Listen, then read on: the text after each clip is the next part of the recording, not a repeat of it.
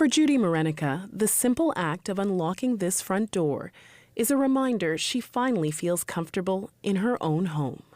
Where I live, I want peace and quiet. This is my sanctuary, my home. 3 years ago, it was a different story. She was living at 4010 Evangeline in Verdun, paying $866 a month in rent. Mrenica says things went downhill after her former landlord sold the building to real estate investor Magali Cuvillier. She wanted what she wanted with everybody else, to get me out. Mrenica claims Cuvillier immediately wanted to impose a series of new rules for tenants and higher rent. And you can't just come in here and increase the rent by $200. According to Mrenica, Cuvillier continuously pressured tenants into accepting new conditions, which included changes to the method of rent payment to be able to keep their apartment units. Mrenica says she refused to comply. Within a month of Cuvillier taking over the building, Mrenica decided she needed to find somewhere else to live. She wanted out of her lease as soon as possible. If I stayed, she would have made my life a living hell. I could hear her knocking at other residents' doors, demanding signatures, raising her voice at them.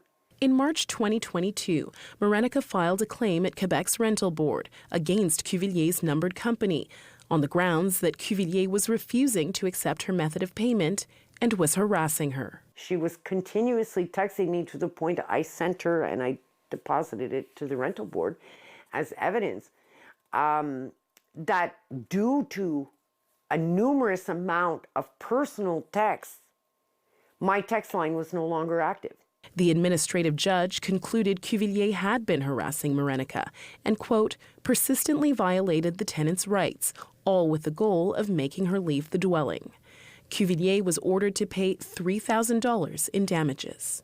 But you never saw that money. I have not seen that money, no. We reached out to Cuvillier to ask her about the outstanding payment. She declined our request for an on-camera interview. In an email, she claimed Mrenica never provided an email address, making any electronic communication impossible. She also said Mrenica blocked text messages and claimed she left the apartment without leaving a forwarding address, making it impossible to mail a check. Then Cuvillier's lawyer contacted us, requesting we put Mrenica in touch with him to, quote, settle the monetary matter of the judgment.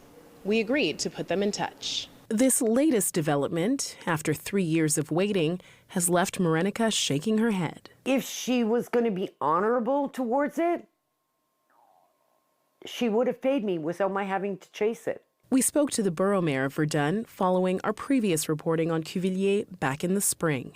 Unfortunately, the case of Magali Cuvillier is not the only one in the borough of Verdun and in Montreal. Marie-Andrée Mauger says she's seen the reality of rent evictions repeatedly.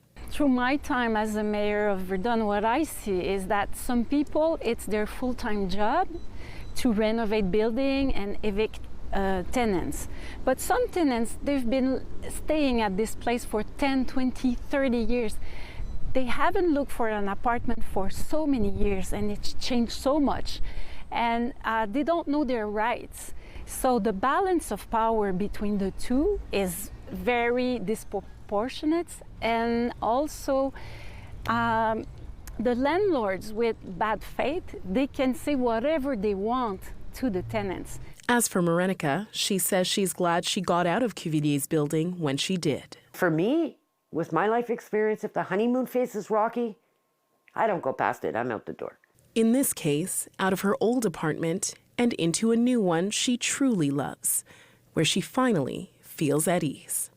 Maya Johnson, CTV News.